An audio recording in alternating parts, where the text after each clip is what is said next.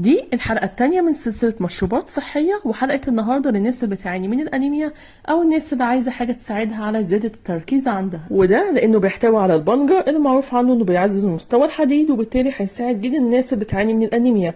ده غير كمان إنه بيزود تدفق الدم في الدماغ، وبالتالي هيحسن الإدراك وهيساعدك على زيادة التركيز. وتاني مكون رئيسي في المشروب ده هو التفاح الأحمر اللي بيحتوي على فيتامين سي اللي ليه خصائص مضادات الأكسدة، وبالتالي هيساعد على امتصاص وتخزين الحديد. والجنزبيل اللي بيحتوي على فيتامين سي فبيساعد على امتصاص الحديد في الجسم. وزودت عصير ليمونه، وبما اننا عايزين نعلي التركيز عندنا حطيت شويه عين جمل، وكان لازم طبعا اخد واحده.